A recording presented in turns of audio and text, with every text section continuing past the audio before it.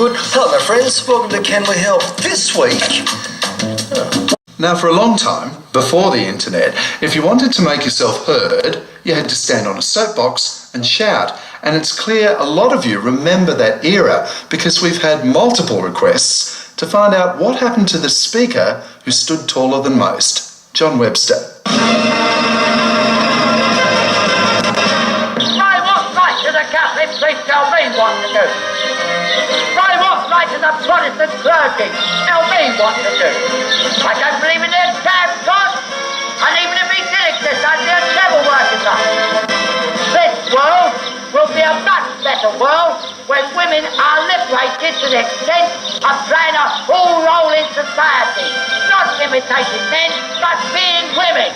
Speaker's Corner in Sydney's Domain was an institution as far back as 1878, but it was against the backdrop of the Vietnam War and the push for gender equality that a newly arrived charismatic Englishman named John Webster stole the crowd. When I came here, the speakers were all third rate, and that they needed somebody like me. In fact, it became my duty. So I spoke, and from the very first told them that if they wanted me to speak, they had to pay me. And they've been paying me ever since. I'm not a communist or a Nazi. I'm Webster who believes in personal freedom. I am Webster who believes that liberty of the individual is all important. Any Catholic here, name the Pope and I'll tell you the scandal. You don't need to legalise homosexuality. You don't have to have permission for something that comes naturally. Every demagogue must have something of imagination. You have to capture people's imagination. If you found a woman who was completely feminine, she would be such a bloody drip that you'd have to wring it out before you could put it in. Controversially, Webster also found a home speaking at the Wayside Chapel. Using a French letter, you're strangling a sperm. And this is the bloody nonsense the Catholic Church gives us and these pious bloody holy rollers.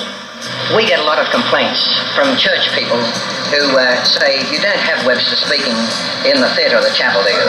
But I believe Webster is one of the most humane people we have in our community. We've got to stop all this white Australia bloody rubbish. He'll come and ask if he can help somebody. This is behind the scenes quietly. He won't parade his virtues of helping others in public. Come back and talk to me about it if you will. Provoke me, oppose me if you will. But start thinking. Otherwise you're merely another lost generation. You are another lost generation. But as the popularity of Speaker's Corner waned, so did Webster's profile, and in the early 1990s he moved to Scottsdale near Launceston in Tasmania, where he still lives. And even now, at age 95, he's still got the gift of the gab. I don't find it hard to speak even now. I'm still capable of believing a well-told lie is more entertaining than that stupid nonsense of a solemn truth. I'm not a solemn man at all. And for those of you who asked, you'll be pleased to know he's still happy to be surrounded by his books and enjoys the occasional verbal spar with old friends like the Reverend Bill Cruz. I have lived and I am living life in the shape that pleases me. And I don't find any need to be other, but believe that this is a beautiful world and I'm quite satisfied to be in it, and I won't have any question of satisfaction when I leave it. It is your individuality which is important above all things. In other words, to me, Webster is the greatest, and to every one of you, I would think that you should be great for yourself. I've always thought soapbox spruiking was quite a difficult call. I think it's a brave thing to do. It is, yeah. It's probably been replaced by talkback radio. Yeah, most likely. Which is a pity, but it's very democratic. Another episode of Can We Help comes to a close. We'll be back with more quirky questions and answers, another reunion perhaps. Until then, have a great weekend.